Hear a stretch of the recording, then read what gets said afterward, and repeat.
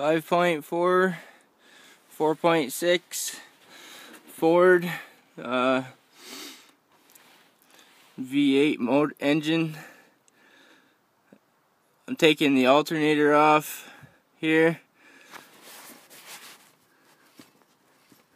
The belt is off. There's two bolts in the bottom there. They're both 10 millimeter. And what you really should do is you should really take this air breather out of the way. I might have to do that. I'm not done yet. So I don't know if I can leave that there or not. I'm guessing I'm gonna have to remove that. I might have to move this hose out of the way too. We'll see what happens here. And after you get those two bottom bolts out there's a couple bolts in the back. But I don't know if you have to take them all out or not. I know you have to take at least one or two of them out. The one closest to the alternator, that one has to come out for sure, because it's attached to the alternator. And there's a couple wires there too that have to be undone. If you're gonna undo the wires off of the alternator, the big one is a live wire. So disconnect your battery, because if you accidentally touch that big lead, the big charging wire, to like your body or your frame or your engine, it'll short circuit and spark. So I'm gonna take the top bolts out and see if it'll come out of there. Like I said, you really should remove this breather tube to make it easier, but so far so good. Alright, see that one bolt there? I took that one bolt out and the alternator is free now. The only thing I've used so far is a 10 millimeter socket. Down here they were 10 millimeter and up there it was 10 millimeter. So it might be different on your car or truck, but these were, so far I've only used a 10 millimeter. I even see that red post? I took the wire off of there. That's your live wire terminal right there. And I took that off and it was a 10 millimeter also.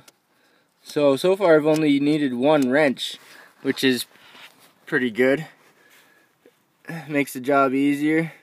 Sorry about the focus. Focus is all screwed up. Now, oh, I can adjust focus. Good. Now that I've got the alternator unbolted and the live wire undone, there's two more plugs, two more wires. And this here is a flat steel bar, and it supports the rad hose.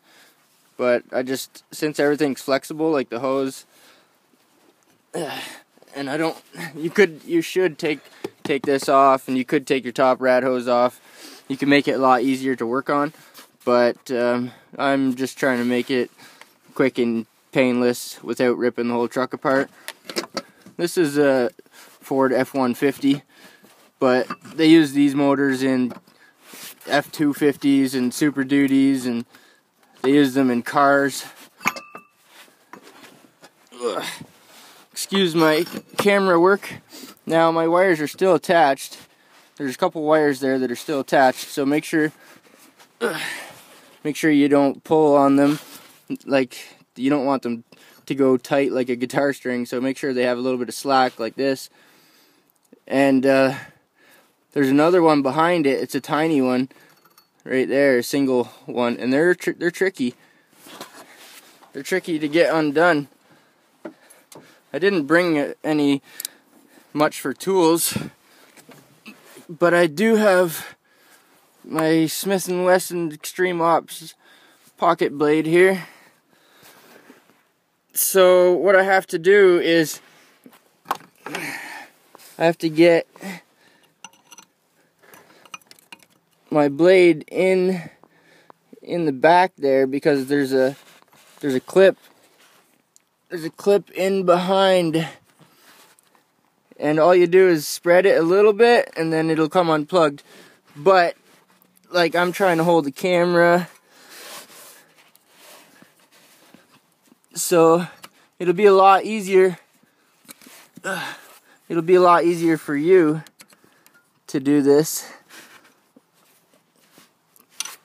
since I'm working with one hand here, and I didn't bring a screwdriver either. Alright boys, there she is. Simple, really simple toolkit and a knife. That's all I used, and I didn't cut anything. The only thing that I moved, like, you really should move this, and you really should move your rad hose, and they come off really easy, but I didn't. The only thing I moved was this this steel